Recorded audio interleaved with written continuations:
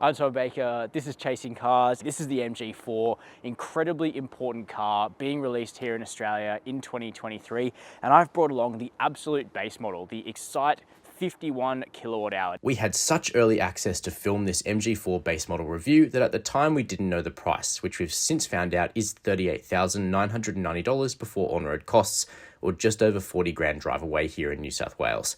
That was the cheapest EV in Australia for 2 days before BYD announced that its new Dolphin would be $100 cheaper. But that car is not quite the match of the MG4 on specification. Up until this point, the affordable set of EVs have really been 50, 60, 70 grand. I think what the market here needs is a genuine 40 to 45k electric car that is good to drive. And spoiler alert, the MG4 is easily the best MG to drive after that brand transitioned from the traditional British heritage to being a Chinese-owned marque. This car is a quantum leap for MG's dynamics, which is great news. I'm going to explain what that means in today's video. We'll also check out the interior, discuss the running costs, the efficiency, have a look at the boot, and I'll let you know whether or not you should sign up to buy one of these things when the waitlist opens for the small battery version. Chasing Cars, honest reviews of your next car.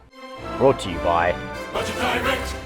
Jumping into the MG4, I'm not going to sugarcoat it. This is a base model and this vehicle is meant to be a very affordable EV. And you can tell that in some of the materials, which are not premium, not luxurious, but that's okay if MG can get this thing out with a very, very sharp price, which it looks like they are going to do. But I will say the build quality is actually better than some of the luxury cars that we test here on Chasing Cars. No creaks or anything when you push in the dashboard.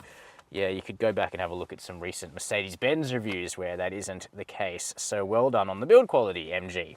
Now, we are sitting on cloth seats here, which is great. So often cheap specs of cars have nasty vinyl seats that you sweat all over in summer. That won't be a problem here in the base model MG4 because we've just got a nice textile as it should be. And the seats themselves are actually very European. They're quite firm, but that means good ergonomics. And I did 4 hours in this car yesterday doing some range testing, and I didn't get tired or sore at all. I jumped out of it ready to go and do the next thing, which is the mark of a good seat. They are mechanically adjustable, not electrically. You can pump it up and down for the driver, though no height adjustment for the passenger seat, which is a bit of a shame. And then you ratchet up the backrest and the sliding. Old school, just like that. But you get into a decent driving position with the MG4 and you're looking forward at a very cool steering wheel. I'm not sure if it's real leather, but it feels like a good imitation if it's not. You've got shortcut keys which control stuff on this digital driver display here. Not immediately obvious what some of them do. Bit of a learning curve in terms of changing the menus, but I got my head around it within an hour or so. Looking forward at this screen, it's a nice unit here, bigger than what you get in like a Volkswagen ID3 or 4 or Cooper Born. You've got your key trip information there, which is kind of easy to cycle through. And then you've got a small touchscreen over here. I say small, it's not the biggest, it's not the smallest I've ever seen, but a large bezel. That's running MG software, which is okay. It's mainly based around these tiles. It's pretty obvious where to go to do stuff, but the functionality, or sorry, the responsiveness of the screen, I should say, is a bit dodgy at times. The touch targets or the touch sort of pad underneath the display is not perfect. So sometimes you accidentally tap the next thing down, even though your finger looks like it was in the right spot. Again, a little bit quirky, probably the sort of thing you can live with. Apple CarPlay and Android Auto are fitted, but you've got to plug in through a USB-A cable to use that. There's actually 2 USB-A ports in the car and a USB-C down here as well. Audio quality, definitely not the last word in fidelity. The speakers are pretty mediocre, but if your songs aren't too complex, it's going to be okay. It's only when you listen to music with heaps of tracks going on at once that it starts to get a bit confounded. Practicality is very good though. We've got a phone holder up here. It's not a phone wireless charger per se, but it is a good spot to put your phone.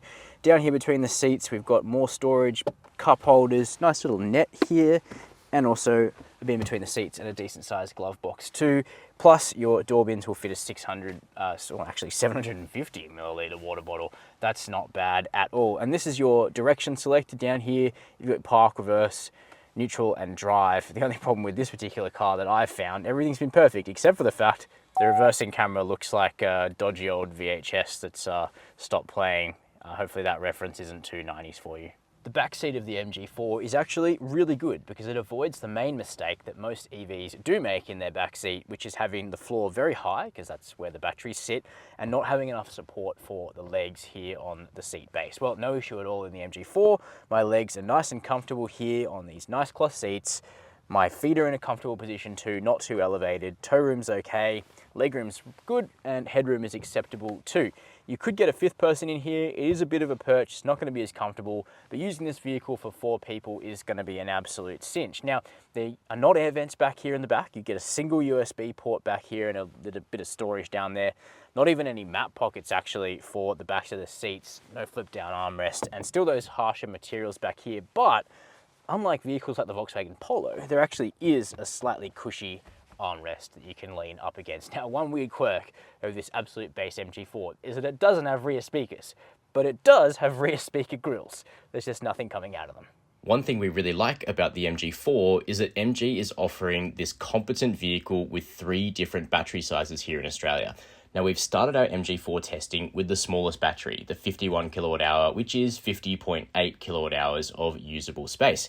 Now, this car is nice and light, and it has a WLTP claimed economy of 14.5 kWh per 100 Ks.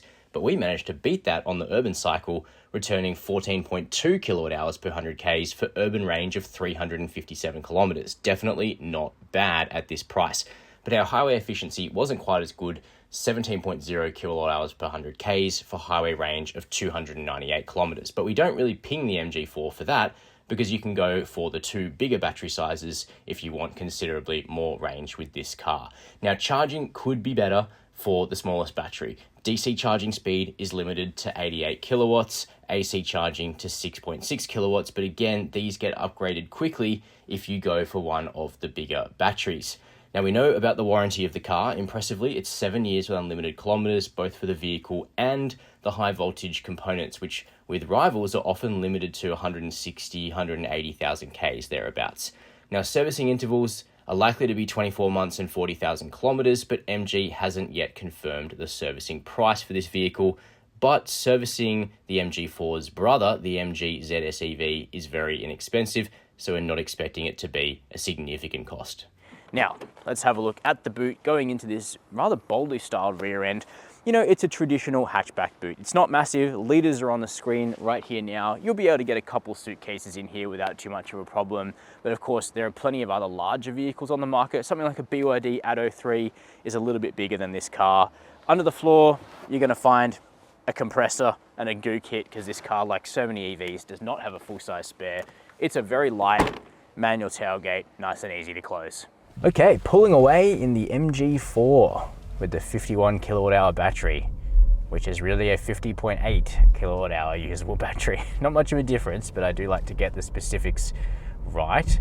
So let's talk about the mechanical package that we've got here. Well, this is a dedicated EV platform, and it's rear-wheel drive, just like the Cupra Born. How fantastic is that? Now, we do have relatively modest outputs, as you would expect for the cheapest, lightest car in the range. We've got 125 kilowatts of power and 250 Newton meters of torque. So the kind of numbers that we would usually see out of something like a turbocharged hatchback, something like a Volkswagen Golf or Hyundai i30. That's what we've got here in the MG4. Now, it is a bit heavier than those cars, but not obscenely so, because the battery is reasonably modest in size. This version of the MG4 only weighs about 1,700 kilos before you start putting people and stuff into it. And as EVs go, that is really light. Like, this is a solid ton lighter than something like an Audi Q8 e-tron, which is pretty amazing. And as a result, even though the amount of power isn't sky high, the performance on offer is definitely acceptable. So we ran the MG4 through our independent performance testing at our test track, and it accelerated from 0 to 100 in 7.08 seconds, which I think is pretty darn good, given this is the cheapest, least powerful, smallest battery version. The brakes were also surprisingly good. It stopped in under 35 meters, which is good. Not the best we've ever tested, but definitely in the upper third of braking tests that we've run. And the brakes feel natural, the physical brakes that is, but through my testing across the last week in the MG4, I've mainly just used the regen braking function, and you can change the levels through the touchscreen here. I've got it in the most aggressive, and I find that it's almost one pedal driving, maybe not quite. There are some instances where you do have to touch the physical brakes, but it's pretty good. And of course, you're sucking back all of that regenerated energy back into the battery, and that's one of the ways that the MG4 ends up being fairly efficient in town. Definitely not the most efficient EV we've ever tested. I got 14.2 kilowatt hours per 100 Ks in town and 17 kilowatt hours per 100 Ks flat on the highway. And that's okay, but I was expecting it to be a bit more efficient. I was not expecting this car to have crazy long range, but because it's light and not that powerful, I was expecting higher efficiency. So to put it in perspective, a Cupra Born, which in Australia is only available with a large battery, which is 77 kilowatt hours, and it weighs over 2 tons once I'm in the car, that vehicle was more efficient in our range testing than the MG4. That shouldn't be the case. So it just goes to show the MG4's motor is not that efficient. That's obviously where there's room for improvement, but what the motor is reasonably refined. It's smooth and not grainy. You do hear some whirring from the motor that isn't especially well damped out, but it's not an unattractive noise per se, and it definitely just fades into the background after a while. One weird thing is that when you jump into the MG4, you've got to put your foot on the brake to start the vehicle. There's no traditional start-stop button, just like a Tesla or a Polestar or a Cupra Born, but it's not actually that accurate. So sometimes you jump in and the car needs a few seconds to wake up. So you're jamming your foot on the brake and you're waiting for it to do this sort of discordant bell sound that it does to let you know that it's awake now. And sometimes that takes 3 or 4 jabs of the throttle, whereas in virtually any other EV I've tested with that feature, it's ready to go sort of straight away. So maybe the software could use a little bit of a fiddle in that department.